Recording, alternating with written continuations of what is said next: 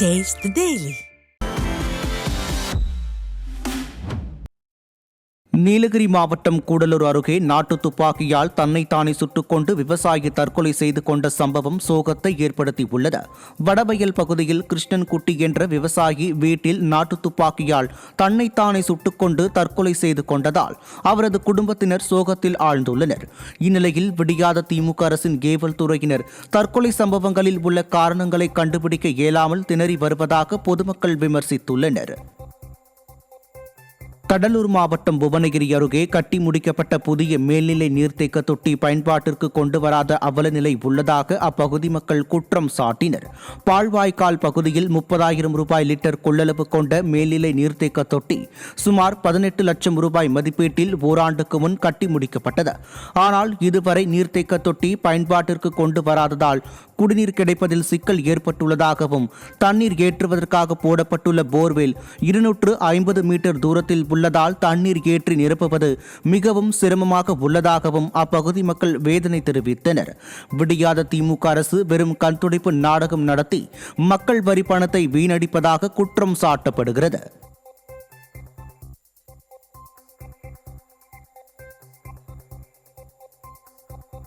நாமக்கல் மாவட்டம் ராசிபுரத்தில் கிணற்றில் விழுந்து சிறுவன் உயிரிழந்த சம்பவம் சோகத்தை ஏற்படுத்தியுள்ளது. ராசிபுரத்தில் காவல்துறையில் பணியாற்றி ஓய்வு பெற்ற கிறிஸ்துவ சபை நடத்தி வரும் சீலா என்பவருடைய 14 வயது மகன் எலக்டா பிளசன் காணாமல் போன நிலையில் சபை அருகே உள்ள கிணற்றில் சடலமாக மீட்கப்பட்டார். தீயணைப்பு துறையினர் சிறுவனின் உடலை பிரேத பரிசோதனைக்காக அனுப்பி வைத்த நிலையில் சிறுவன் உயிரிழந்த காரணம் குறித்து விசாரணை நடைபெற்று வருகிறது. கடலூர் மாவட்டம் நெல்லிக்குப்பம் நகராட்சியில் புதிதாக அமைக்கப்படும் தார் சாலை தரமற்ற முறையில் அமைக்கப்படுவதாக அதிமுக நிர்வாகி குற்றம் சாட்டியுள்ளனர். நெல்லிக்குப்பம் நகராட்சியில் வான்பாக்கம் சாலையை 94 லட்சம் ரூபாய் மதிப்பீட்டில் சீரமைத்து புதிய சாலை அமைக்கும் பணி நடைபெற்று வருகிறது. இந்நிலையில் இந்த சாலை தரமற்ற முறையில் அமைக்கப்படுவதாக அதிமுக நிர்வாகி தமிழ்மாறன் குற்றம் சாட்டியுள்ளார். விடியாத திமுக அரசு தரமற்ற முறையில் சாலைகளை அமைத்து மக்களின் வரி பணத்தை வீணடித்துள்ளதாகவும் தெரிவித்தார்.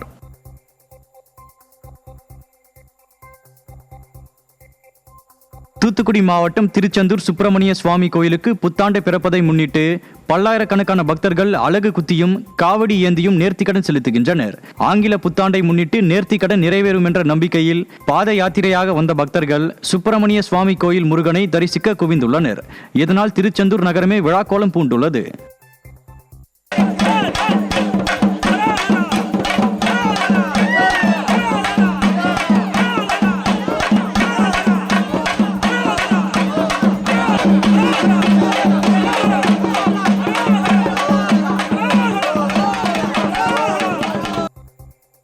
புதுச்சேரி திருபுவனை பகுதியில் மாயமான இளைஞர் ஏரியில் இறந்து சடலமாக கிடந்த சம்பவம் அப்பகுதியில் அதிர்ச்சியை ஏற்படுத்தியுள்ளது. திருவாண்டார்கோயில் பெரிய கேட் பகுதியைச் சேர்ந்த ரமேஷ் என்ற நபர் தனியார் தொழிற்சாலையில் லோடுமேனாக வேலை செய்து வருகிறார். இவர் கடந்த டிசம்பர் 30ஆம் தேதி வேலைக்கு சென்றவர் வீடு திரும்பாத நிலையில் திருபுவனை பகுதியில் உள்ள ஏரியில் அவரின் சடலம் கிடந்துள்ளது. இதையறிந்து சம்பவ இடத்திற்கு வந்த போலீசார் இளைஞரின் உடலை மீட்டு வழக்கு பதிவு செய்து விசாரணை நடத்தி வருகின்றனர். கிருஷ்ணகிரியில் தற்காலிக மின்சார ஊழியர் மின்சாரம் தாக்கி உயிரிழந்த நிலையில் அவர் தன்னிச்சையாக செயல்பட்டதாக மின்துறை புகார் அளித்தது உறவினர்களிடையே அதிர்ச்சியை ஏற்படுத்தியுள்ளது. தற்காலிக மின்வாரிய ஊழியர் முகமது சபீர் கடந்த 17ஆம் தேதி மின்கம்ப பழுதை சரி செய்த போது மின்சாரம் தாக்கி காயமடைந்து உயிரிழந்த நிலையில் முகமது சபீர் தன்னிச்சையாக மின் பழுது சரி செய்ததாக கூறி விசாரணை மேற்கொள்ள புகார் அளித்தது. இதனால் அதிர்ச்சியடைந்த முகமது சபீரின் உறவினர்கள் நியாயம் கிடைக்க வேண்டி ஆட்சியரிடம் மனு அளித்தனர். காஞ்சிபுரம் காந்தி சாலையை மீண்டும் இருவழி சாலையாக மாற்றி அமைக்க வலியுறுத்தி வணிகர்கள் மனித சங்கிலி போராட்டத்தில் ஈடுபட்டனர். காந்தி சாலை போக்குவரத்து போலீசார் சாலையை பிரித்து பேரிகார்டுகளை வைத்துள்ளனர். இதனால் இந்த சாலை குறுகி சாலையோரம் நடந்து செல்லக்கூட முடியாமல் பொதுமக்கள் கடும் அவதியடைந்து வருகின்றனர். எனவே இந்த சாலையை மீண்டும் 2 வழி சாலையாக மாற்ற வலியுறுத்தி வணிகர்கள் மனித சங்கிலி போராட்டத்தில் ஈடுபட்டனர்.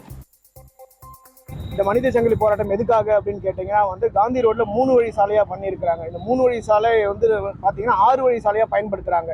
இது ஒன் வேன்னு சொல்கிறாங்களே தவிர இது ஒன் வேவே கிடையாது. யாருக்கு வேணாலும் எப்படி இஷ்டத்துக்கு வேணாலும் போகிற மாதிரி தான் இருக்குது. நாங்கள் இதை பல முறை மனுக்கள் கொடுத்துருக்குறோம். போன முறை ஒரு 6 மாதம் மனித சங்கிலி போராட்டம் பண்ணியிருக்கிறோம். எந்த விதமான நடவடிக்கையும் எடுக்கப்படலை. ஏதோ ஒரு அந்த 1 வீக்கில் இது பண்ணுறேன் போகிறேன் வரேன்றாங்களே தவிர அதுக்கப்புறம் எந்த விதமான விஷயமும் நடக்கலை. முகூர்த்த நாள் இல்லை சாட்டர்டே சண்டே வந்ததுன்னா ஹெவி டிராஃபிக், ரோட்லேயே வண்டி விட்டுட்டு போயிடுறாங்க. அந்த வண்டி விட்டால் அந்த வண்டியை கிளியர் பண்ண கூட ஆட்கள் கிடையாது இன்னைக்கு. தருமபுரி மாவட்டம் மூக்கனூரில் உள்ள பழைய இடத்திலேயே ரயில் நிலையம் அமைந்தால் 102 வீடுகள் இடிக்கப்படும் என கூறி அந்த பகுதி கிராம மக்கள் கவன ஈர்ப்பு ஆர்ப்பாட்டத்தில் ஈடுபட்டனர். தருமபுரி மொரப்பூர் ரயில் திட்ட பணிகள் நடைபெற்று வரும் நிலையில் மூக்கனூரில் ரயில் நிலையத்தை பழைய இடத்திலேயே அமைப்பதன் மூலம் 102 வீடுகள் இடிக்கப்படும் என கூறி கிராம மக்கள் கவன ஈர்ப்பு ஆர்ப்பாட்டத்தில் ஈடுபட்டனர். அத்துடன் தங்கள் கோரிக்கை நிறைவேறாவிடில் அரசு ஆவணங்களை ஒப்படைத்துவிட்டு தொடர் முழக்க போராட்டத்தில் ஈடுபட போவதாகவும் கிராம மக்கள் எச்சரித்தனர். தருமபுரி டு மூக்கனூர் இடைப்பட்ட இடம் எல்லாமே பார்த்தீங்கன்னா அதர் கம்யூனிட்டியை சேர்ந்தவங்க, அதர் வகுப்பை சேர்ந்தவங்க. அதில் போனால் எங்களுக்கு எதுவுமே தெரியாது. இது அவங்க செவி சேர்க்கலன்னா தொடர் போராட்டம் எங்கள் ஊரிலே 150, 250, 350 பேர்களை சேர்த்து 8 வழிச்சாலைக்கு எப்படி ஃபாலோ பண்ணி தொடர் போராட்டங்கள் நடத்த இருக்கிறாங்களோ அதை நாங்கள் கண்டிப்பாக செய்வோம். இதை நாங்கள் கவர்மெண்ட்டுக்கு நாங்கள் மறுபடியும் பதிவு செய்கிறோம். கவர்மெண்ட்டுக்கு எதிரானவர்கள் அல்ல, எங்களுடைய வாழ்வாதாரத்தை மட்டுமே மீட்டுக் கொடுங்கள் என்று தான் தாழ்மையுடன் கோரிக்கை விடுக்கிறோம்.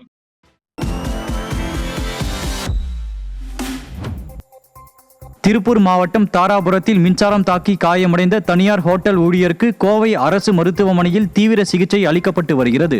புகை குழாய் அடைப்பை சரி செய்ய மேல்கூரை மீது ஏறிய ஹோட்டல் ஊழியர் மீது எதிர்பாராத விதமாக உயரழுத்த மின்கம்பி உரசியதால் தூக்கி எறியப்பட்ட அவர் சிகிச்சைக்காக மருத்துவமனையில் சேர்க்கப்பட்டுள்ளார். நிர்வாக சீர்கேட்டில் உள்ள ஸ்டாலின் மாடல் அரசு வணிக வளாகங்களின் பாதுகாப்பு விதிமுறைகளை கண்காணிப்பதில்லை என பலரும் குற்றம் சாட்டுகின்றனர்.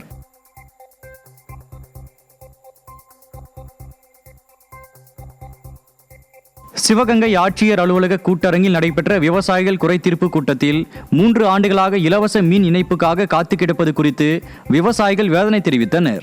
பிற்பட்டோர் நலத்துறை மூலம் மானியத்துடன் கூடிய போர்வெல் மற்றும் இலவச மின் இணைப்பு திட்டத்தை நிறைவேற்ற கோரி 100க்கும் மேற்பட்ட விவசாயிகள் மனு அளித்தும் நடவடிக்கை எடுக்கப்படாமல் உள்ளது. கடந்த 3 ஆண்டுகளாக மனு அளித்தும் இலவச மின்சாரம் பெற முடியாமல் காத்திருப்பதாக ஆட்சியரிடம் விவசாயிகள் தங்கள் வேதனையை தெரிவித்ததன் மூலம் ஸ்டாலின் மாடல் அரசு நிர்வாக திறனற்று சீரழிந்து போனது வெட்ட வெளிச்சமாகியுள்ளது.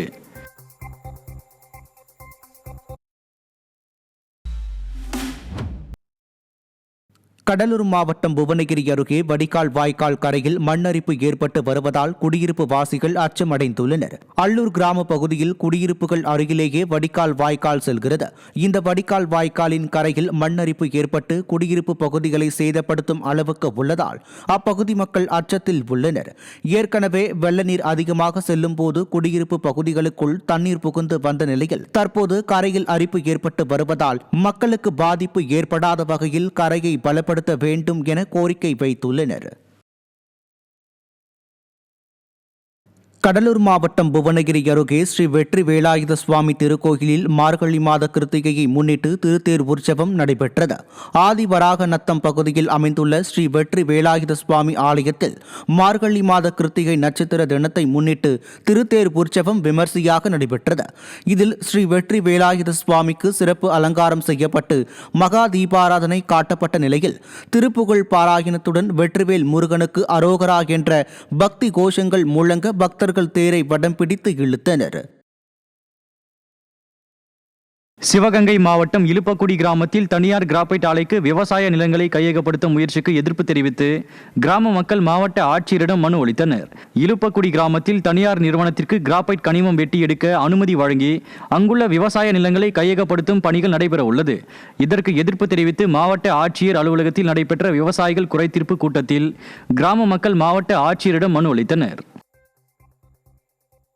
கோவை மாவட்டம் சின்ன வேடம்பட்டி அருகே 2 பைக்குகள் நேருக்கு நேர் மோதியதில் 2 பலத்த காயமடைந்தனர்.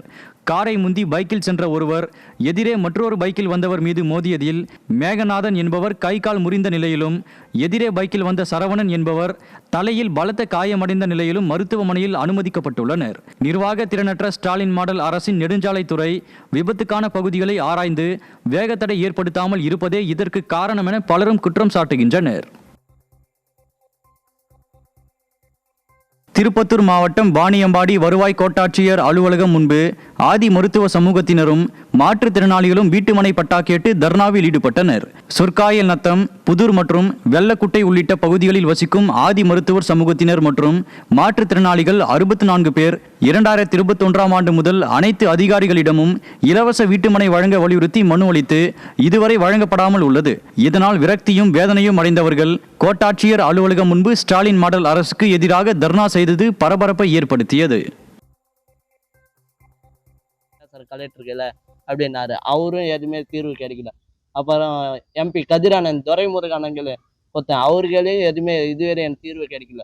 அப்புறம் கலெக்டர் ஆஃபீஸில் போன மாதம் 7ஆம் தேதி கொடுக்குறேன்னாங்க, கொடுக்கவே இல்லை. இதுவரையுமே நாங்கள் கலெக்டர் வந்தால் தான் எங்களுக்கு வீட்டு மனை பட்டா 64 பேருக்கு கொடுத்தாராம். நாங்கள் கலெக்டருங்க வந்து எங்களுக்கு 64 பேர் வந்து கொடுத்தாரா, நாங்கள் இங்கே வந்து எழ போகிறோங்க. அது வரையும் நாங்கள் பசும் பட்டினியை கூட இங்கே கூட உக்காந்துக்கிறோங்க. தவிர கலெக்டர் வந்து எங்களுக்கு 64 பேர் பட்டா கொடுத்தாரா, நாங்கள் இங்கேருந்து எழ போகிறோங்க.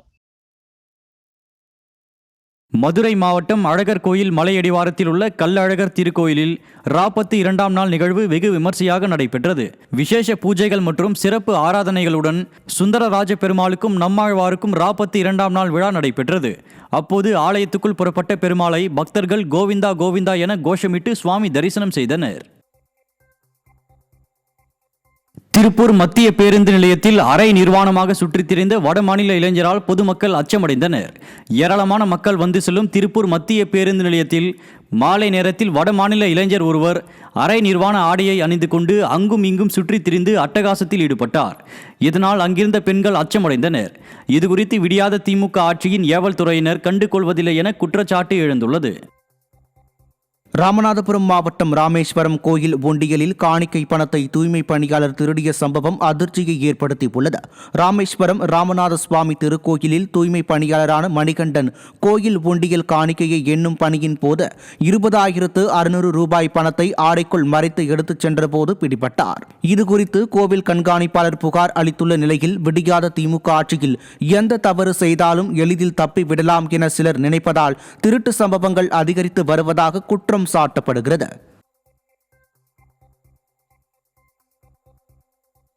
சமயதாரனூர் பகுதியில் உள்ள பழமை வாய்ந்த கரிய பெருமாள் கோயிலில் ஸ்ரீ லட்சுமி நாராயண திருக்கல்யாண வைபோகம் வெகு விமர்சையாக நடைபெற்றது.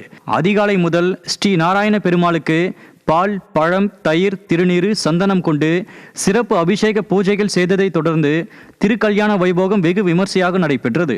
ஆயிரக்கணக்கான பக்தர்கள் இதில் கலந்து கொண்டு கோவிந்தா கோவிந்தா என முழக்கங்களை எழுப்பி சுவாமி தரிசனம் செய்தனர். திருச்சியில் தனியார் கால் டாக்ஸி டிரைவரை 3 பேர் பீர் பாட்டிலால் தாக்கியதை கண்டித்து கால் டாக்ஸி டிரைவர்கள் காவல் நிலையத்தை முற்றுகையிட்டனர். டிரைவர் மகேந்திரன் என்பவர் ஷர்மி என்ற பெண்ணுடன் சேர்ந்து அவரது கணவரை தேடி சென்றுள்ளனர். அப்போது லால்குடி பகுதியில் நின்ற ஷர்மியின் கணவர் அவரது நண்பர்கள் 2 பேருடன் சேர்ந்து கால் டாக்ஸி டிரைவரை பீர் பாட்டிலால் தாக்கியுள்ளனர். இதில் படுகாயமடைந்த மகேந்திரன் மருத்துவமனையில் அனுமதிக்கப்பட்ட நிலையில் தாக்குதலில் ஈடுபட்டோரை கைது செய்ய கோரி கால் டாக்ஸி டிரைவர்கள் காவல் நிலையத்தை முற்றுகையிட்டனர். சேலம் மாவட்டம் எடப்பாடி நகர்மன்ற கூட்டத்தில் அதிமுக கவுன்சிலர்கள் வாக்குவாதத்தில் ஈடுபட்டது பரபரப்பை ஏற்படுத்தியது. அதிமுக நகர்மன்ற உறுப்பினர் முருகன் தலைமையிலான அதிமுக கவுன்சிலர்கள் எடப்பாடி நகராட்சி முழுவதும் மின்விளக்கு பராமரிப்பு, குடிநீர் பராமரிப்பு முறையாக செய்யப்படாததை கண்டித்து நகர்மன்ற கூட்டத்தில் கடுமையாக வாக்குவாதம் செய்தனர். இதனால் எடப்பாடி நகர்மன்ற கூட்டத்தில் பரபரப்பு ஏற்பட்டது. மதுரை மாவட்டம் முசிலம்பட்டியில் நடைபெற்று வரும் பேருந்து நிலைய விரிவாக்க பணிகளின் பெரும் பகுதிகளுக்கான சுவர்களில் விரிசல் ஏற்பட்டுள்ளது. 2 ஆண்டுகளுக்கு முன்பு துவங்கி 8 கோடி ரூபாய் மதிப்பீட்டில் கட்டப்பட்டு வரும் புதிய பேருந்து நிலைய விரிவாக்க பணிகள் ஆமை வேகத்தில் நடைபெறுவதோடு பெரும்பாலான சுவர்களின் நடுவில் விரிசலும் ஏற்பட்டு உள்ளது. இதனால் அதிர்ச்சியடைந்த பொதுமக்கள் ஆபத்தான நிலையில் நடைபெறும் பணிகளை விடியாத ஸ்டாலின் அரசின் மாவட்ட நிர்வாகம் ஆய்வு செய்து சீரமைக்க வலியுறுத்தினர். நீலகிரி மாவட்டம் கூடலூர் அருகே நாட்டு துப்பாக்கியால் தன்னைத்தானே சுட்டுக்கொண்டு விவசாயி